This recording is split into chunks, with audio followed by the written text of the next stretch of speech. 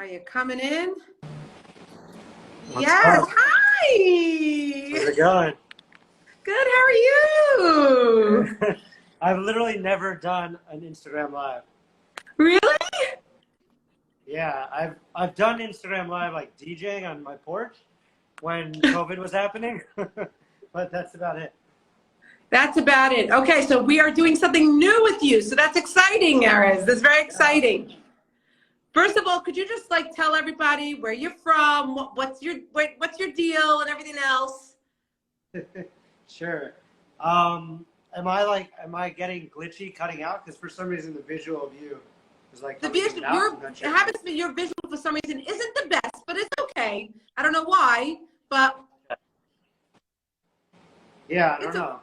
I don't know. I mean, I'm coming from Los Angeles, so maybe it's like some Oh yeah, maybe. weird East Coast, West Coast beef. But yeah, I mean, my dad was a rabbi in the Navy, moved around every few years. He went to JTS, the Jewish Theological Seminary, so sort of conservative when Avram Joshua Heschel was there, but he's modern Orthodox. He's just like got to, luckily enough, be, surrounded by some pretty epic people at that time.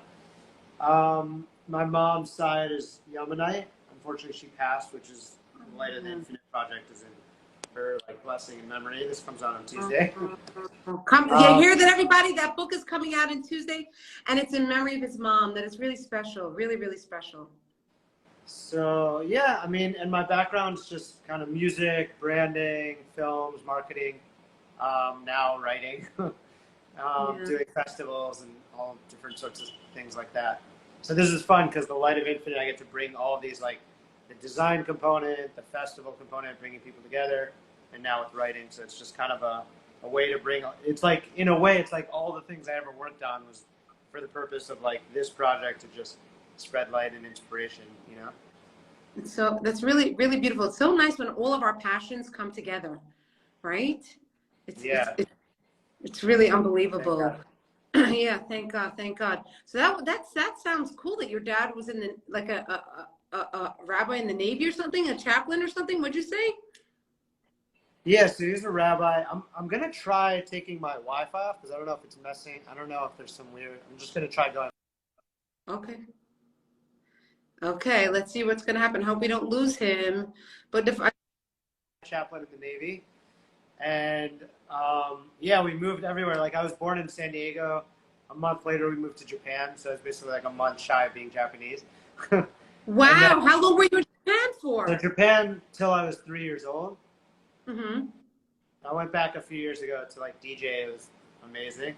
And then we moved to like Charleston, Chicago, Italy, Maryland, and then I moved to New York after that. Was that hard as a child going from place to place to place, or you thought it as an adventure? So I was like, I think that it got hard when I was in Chicago. I was like, once you're in like 6th, 7th, 8th grade, you start forming like real friendships. It's not just like you love this person or whatever, and you're like there are play dates, but you can move on and kind of forget them. Once you get a little bit older, then it's like real deep friendships. Like so, it was pretty hard to move. My sister's 3 years older, so for her, I think it was harder. She's like, I'm living in Maryland in this house, and I'm never moving till I die. Like she's like, I think she's traumatized from it. I'm not traumatized, but I think for me, it gave me like, I feel like a lot of perspective and just being able to sort of connect with a lot of different people from a lot of different backgrounds, Mm-hmm. So that I'm assuming came from all the moving and being in non-Jewish schools a lot and that sort of thing. I see. I get that. So you think that's where you got your passion for your music? Yeah, so music actually, I mean, I've always been into it, but I went for like freshman year of high school to Jewish school and then went to non-Jewish school for like the next 3 years. And it basically gave me these like 4 hours when all my friends were still in school. So I was like home and I'm just like, I have all this extra time. So I bought a 4-track, which is dating myself. But I had like drums, guitar, keyboard, turntables, mics. So I would just make all of these songs, like just playing all the parts. But that was, with all that extra time, I think that kind of like helped me, craft that ability to sort of create. But yeah, it's always been a massive passion. So And are you still DJing and everything, or you put that on the side? Yeah, I mean, I toured the world DJing. Well, I ran this thing called Shem Speed, so I was doing music with like Wyla, Idan Reichel, Hadag Nachash, Matasiao. So I was like pretty at the center of a lot of the Jewish stuff happening at that time. Now I do not necessarily Jewish music, like music for TV and stuff. But yeah, I mean, at one point I was like touring the world, and it was amazing. That's how I got to Uman. I was playing a show in Yalta in the Black Sea, and I was in Kiev for Shabbat. And I was like, previous to being Breslov, I was like, I think I should go to Uman. And I felt, it was like before I intellectually connected to Breslov and Rabbi Nachman and Rabbi Natan, like my neshama definitely knew, because I like left Uman. I was in the cab. I was listening to Tikkun Klali through the Erez Safar, the Yemenite Arabic sort of version of it. And I just like felt on fire, like never before, like for Hashem. And it was like indescribable. And not until like, I don't know, I guess 10 years later did I realize it was like, oh, there's such a big part of me that is like Breslov. And now I'm like, you know, I view myself as like half Chabad and half Breslov, you know? Right. But yeah, it kind of caught up, like intellectually I caught up later, you know? That's so cool. That's so cool. So now, when did you start doing the book? So I started, I'm going to try my wife. Okay, you got to try to do that again. Okay, we're going to switch back and forth.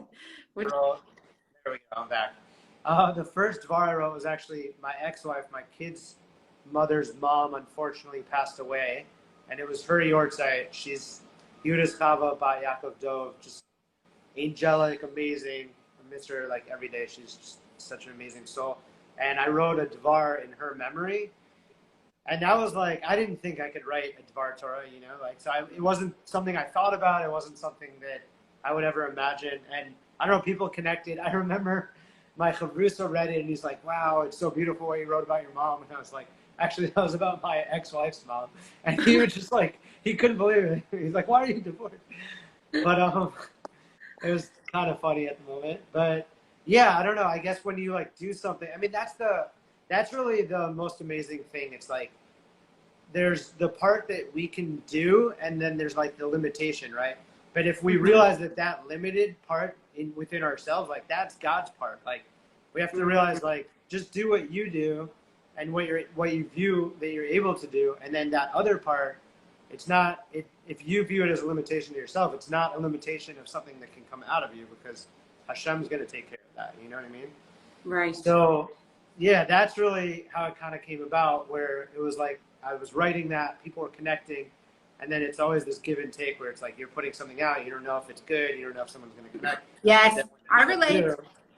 Yeah, exactly. I mean, when you do your videos and I get them in the Daily Bitachon, it's like somebody connects to that gives you inspiration to do the next one. You know what I mean? Yes. Yes. So that's kind of how it came about. And then unfortunately, when my mom passed, I was like, I have to keep going. And I didn't imagine for it to be a book. I imagined to commit to doing it every week.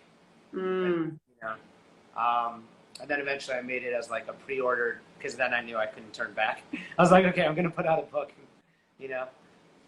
So that's kind of how it came out, like organically, I guess. Right. I remember when we first connected, it was through that chat, I think it was, right? Yeah, the Judifier Daily Bitachon.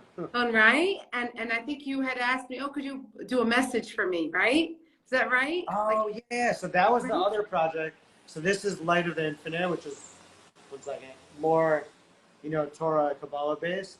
But the project, yeah, that you did a video, thank you so much for doing, is called Don't Block Your Blessings, which was inspired by a letter from the Rebbe, but it's not a Jewish project per se. I mean, most of the people that are doing the festivals and sharing videos are not Jewish.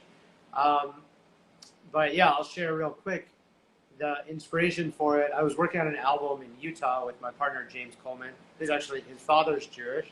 He's kind of more Mormon. So we were working on this album, and the Chabad rabbi from University of Maryland that I went sent me this book called Positivity Bias by Mendel Kalmanson, who spoke at the last Light of Infinite Festival. Is just an incredible soul, but I had no idea who he was. I imagined somebody way older and harder to reach. Anyway, I was reading this book, and I only read maybe a third of the book, because once I kept reading it, I was like, you know what? I don't want to be influenced by this, because I want to I had a sense that I maybe wanted to write like something, and I just didn't want to read more. I stopped reading Jonathan Sacks for the same reason, because he's just so incredible, and I didn't want any of it to seep in.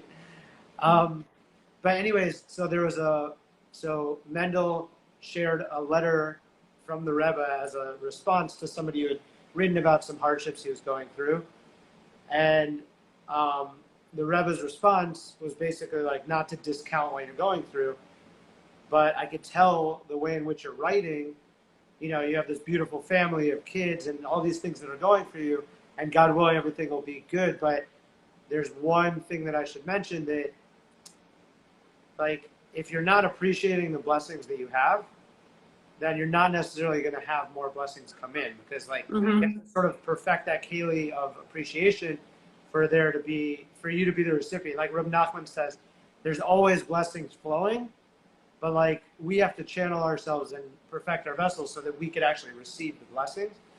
So I kind of viewed that letter as like, don't block your blessings, and I searched it and it was like, wow, nobody took this as a website or on Instagram. Like, it's a sign, So yeah, I was inspired basically by that. It's so funny you said that. As soon as you said that about, when things are dropping down, what came to mind is I once took a course, like a refresher course on peace in the home. And one of the things that the woman said, to this day, I still find it so impactful, and it could go for anything in life. Basically what you just said, when you if you ever go to camps, or you're at a place where they have these washing stations and you put on the faucet, not all the faucets could work at the same time, right? So if you have one faucet going and then the person next to you tries to put on the water doesn't come out. Now, you could stand there with your cup under the faucet, and if the water's not coming out, you could stand there all day. It doesn't mean if you're standing there, the water's going to come out. But after a while, you're a total idiot. If you don't take your cup and move it to where the water's actually flowing. So like what that teacher was trying to say is that when you're in a relationship with somebody, now sometimes they're not going to give you the flow that you want, that you were expecting. But if you go to where they're willing to give that flow, and you put your cup and you receive the flow that they're giving, you'd be amazed that it's going to continue to come out of that faucet, and eventually it's going to come out of another faucet as well. But don't just sit there and wait. Just go where the flow is. So that's like what you're trying to say. Like, they're coming down, but make ourselves that kli, make ourselves that vessel that's ready to receive, right? Am I right? Yeah, totally. Okay. Yeah, exactly. I mean, if you think of a vessel, if you think of perfecting a vessel in a keli, then you're able to like if you think of it as water, as you're saying, like the shefa, which is water, then, you could hold more of that when you're perfecting that vessel. But like if you think of it as like a cup or any sort of vessel, it's like the more holes it has, the more it's imperfected, fractured, or anything like that, then the more that you're not going to be able to hold those things that are coming in. So it's like that blessing is coming in, but you're just not holding onto it. Right, exactly. If you have a defective vessel, a defective cup with holes, you're in big trouble. So, yeah, correct. You don't have to perfect the vessels. It's a lifelong journey, Yes, 100%. 100%. But that's the beauty of, Oh, go ahead. Now I was going to say, maybe you want to tell everybody about this festival that you have, these festivals that you run. Oh, yeah. So I actually have a poster here, Light of Infinite Festival, that are all over the streets just in Pico, because that's where I'm at, in LA. So yeah, we have some incredible people. Akiva Tatz, who I'm super excited about because I've read a bunch of his books. Oh my gosh. He's like unbelievable. I remember that I only saw him live once live. He came to my community, and I remember it was like standing room only. And I was like, where is he? They go, I don't know. I'm like, wait, is he actually coming? I was like so nervous he wasn't going to come. And then when he actually came, I was like, he's much smaller than I imagined, because he's such larger than life. And I was like, oh, it was unreal. Such wisdom. Yeah, no, I'm so excited. I mean, it's unreal. Yeah, exactly.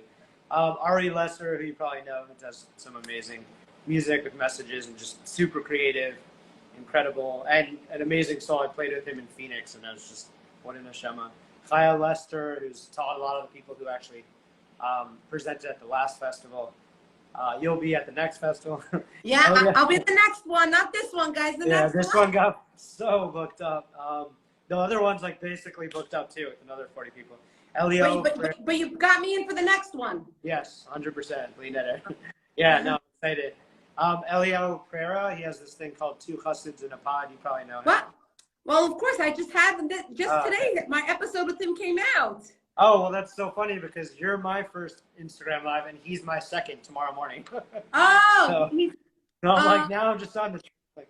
Now just okay. He's awesome. I love the conversation Yeah, that I had with him. Unbelievable. He's really great, Elio. Really great. And then I'll just run through the other ones real quick just so I can show love to everybody. Moshe Paglin, who's going to do like a mix of music, and Torah. Moshe Gersh, who I believe did an awesome TED Talk. Akiva Gersh and his wife Tamar. Field Gersh. Shandel Deutsch, Rabbi Peretz, who if you're in LA, you know him. He's amazing. Adam Weinberg, who I know through the Matis Yahoo days, because whenever Matis was going to do like a smaller gig, like Jewish gig, he would just bring Adam to play, guitar rather than like the full band. Mm-hmm. Ellie Goldsmith, Rabbi Shmuel Reichman, who's out here, Raquel Kurtzenbaum, Barak Holman from Mayanot in Israel. He has like an amazing podcast. Barak Grossberg, who I actually also in that same chat, he sent his video, and usually I sometimes I won't have the time to check it out and whatever. I clicked play and I was like blown away. Very Evo vibes, are just a beautiful song. So I reached out to him and he agreed. Grace Friedman, Ariel and Sarah Peretz, Nellie Hyatt, Rafael Perkel, Ricky Silver, Judah Aroni, who connected us basically, Eitan Ben Avram, and then some other amazing souls because there's a bunch more people. So now, if somebody wanted to like register for this festival, how do they go about doing that, Erez? So you just go to lightofinfinite.com. Just think of Hashem's name and Ein Sof. Lightofinfinite.com, and then from there it just has like a free RSVP. Oh, that's great. Yeah. And it's like, how long does it run for? So there's like a hafsaka in the middle. It's going to be in the morning, LA time. So like it'll start, I guess, like around maybe noon for people in New York, which is actually evening for Israel. So basically the first slot is like all the Israel people, because that's morning my time. And then there's like a little break in the afternoon. And then we start again at like 3 or 4 p.m. I have to look at the schedule. PST, so in evening time in New York. So yeah, there's like a little break in the middle. It gets a little complicated with all the people from Israel, because once it's like 12 here, they're like asleep or whatever, Right. And what's the date of the festival so everyone knows? So it's Tuesday, September 2nd, which is the same day my book comes out, Light of Infinite, The Genesis of Light, which this is the first book. The second book for Shmuel comes out in November. Wow. Wow, it's so exciting. And if somebody wanted your book, how do they get your book? Anywhere, like Amazon, Walmart, whatever. Walmart? Noble. What's that? You said Walmart? You can, yeah, I mean, anywhere where books are sold. And if you're in LA, go to Leaders, because he's actually, I'm so excited.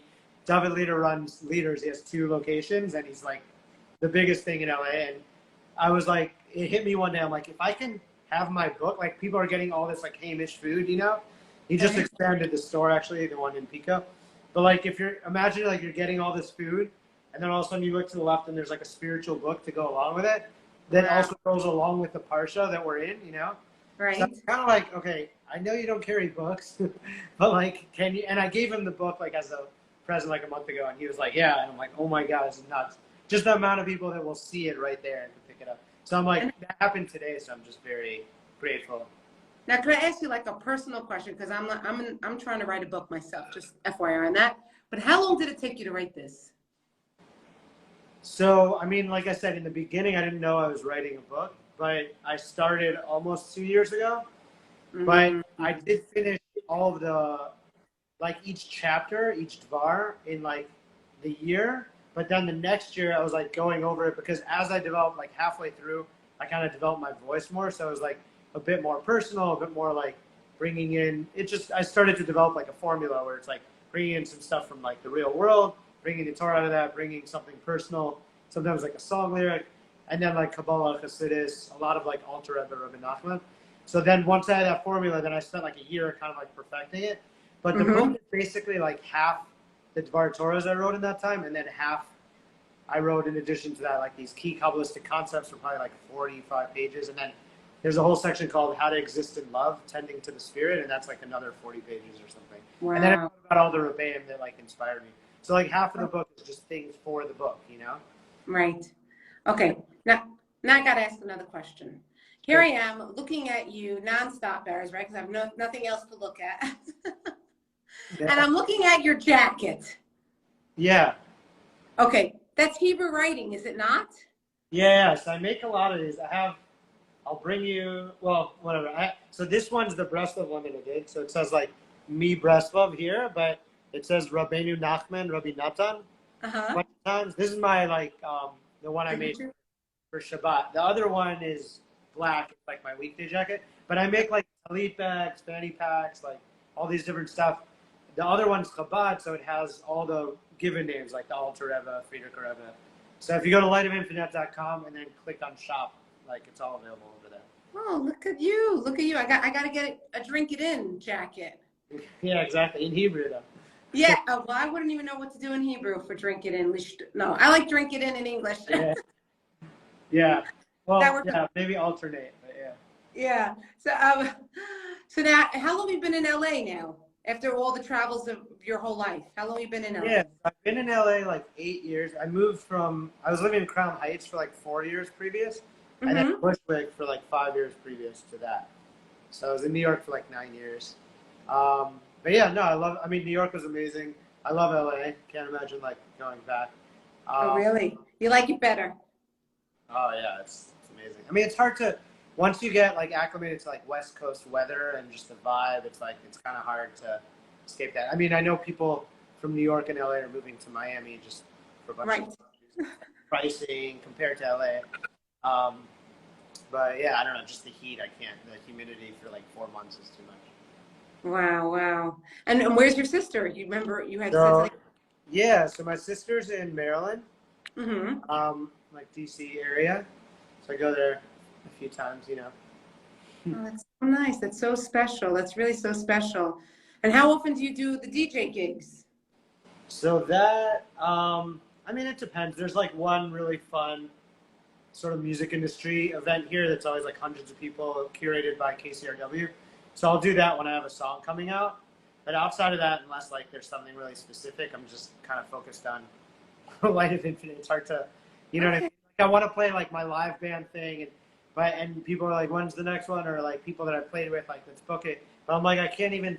That's going to take all this energy away from like what I'm doing right now. You know what I mean? I hear that. So can you share with us like one of your favorite thoughts that you maybe have in the book? I'm sure you have a lot of thoughts that you like in the book, but one that's coming to mind that really talks to you the most, right, as of this moment. Sure. I mean, one of the things I think that is super powerful that I actually like plastered the streets with, these are like on poles everywhere. And it says God is concealed and revealed within love. So it's basically like, you know, like the Hebrew word love is like ahava. So the root word is hav, which is like to give. Which really means that love is synonymous with giving, which means we create love. So the more that we create this, the more we can bring like Hashem out of concealment into our relationships, into our own lives, or whatever it is. And then the further we go away from that, you know, where like there's a line from the Talmud that's like, let my soul be like the earth to everybody, you know? And like the lesson with that, in a similar fashion, it's like, we always have to just judge everybody favorably, especially now we keep realizing how much people are going through things, trauma or whatever their own situations are. And all the times that we want to get defensive or our pride or ego come in the way, thinking it's about us, it's like, it's not really about us, you know? And so if we could actually like mivata, like nullify ourselves in that way, like the earth is this thing that we keep destroying throughout history, but it keeps providing water, nutrients, food, you know, all these different things. It's always going to show love. And if we could do that, the same thing, like judge favorably and still like come at whatever situation with love, then that's how we can take God out of concealment and reveal God within that situation. It's in our hands. It's in our hands. Yeah. Yeah. It's a scary thing, right? We want the power, but then sometimes we don't know what to do with it when we actually have it. Yeah. It's Yeah, I mean, it's the struggle of the physicality to the soul. It's like it's this constant battle that we have to stay on top of, you know. Never really can never I mean in Tanya it says like, you know, can never really consider yourself like a tzaddik. I mean, not that we can, like we're hoping to be a benoni, like who's right. somebody who is struggling all the time but is not falling in sin. So it's like that doesn't really sound like us. I guess we're like the Rasha, you know. But like the idea is to, like even a tzaddik like can't consider himself that because that's when we fall. Like we always have to realize that there's always a struggle, and we always have to just be super diligent in that. And I think was it the Alter Rebbe? I mean, somebody was saying that I can't remember if it was the Alter Rebbe, but basically that it's like, you know, we really have to be leaving Egypt continuously. You know what I mean? And viewing it like every day that we're like, leaving that constriction, leaving that enslavement, because that enslavement, the Meitzar, that constriction, the Mitzrayim, that's something that we're always in. And the best way of looking at Torah is like to internalize it all. It's like this Egypt is our constriction, like our suffering, our lake, our doubt, all these things that we're fighting. And the Eretz Yisrael, this promised land, is just our own promised land within. So like the Mashiach Prati and the promised land, Prati meaning like the private, that's like the things that we need to get to ourselves to be able to hope that we can have this communal revelation, this communal messianic era and all that. Right. So it's like also even you look at the word Mitzrayim, that's what it means. Tsar is about that constriction 100%. And also the shofar, the shape of the horn that we blow, it starts off very narrow. Oh, nice. And when you blow and that sound comes out, it gets louder, but it's spreading out. And that's really what we're trying to do with ourselves. We're feeling constricted, and then we're trying to spread our wings and really let our actions and our positive actions are what's the key here, right? Focusing on our goodness. I think a lot of times, correct me if I'm wrong, but I think unfortunately a lot of us focus on our negative actions during this time period. And I think if we would come into this time period, come into Rosh Hashanah, the new year, and say, God, I did a lot of good, you know? And I could do it. What? I was going to say, that's the power of Chassidus, of like viewing these things with joy and with rest, of like the Nekuda Tava, like always finding the good points, like continuously sifting the good notes out of the bad notes, like of life, but, you know, looking life as like this sort of melodic, orchestrated, you know, thing, and Hashem being the conductor of it all, you know? Right. That because I said to somebody, my mantra this year is, I'm doing well, but this coming year I'm going to do it even better.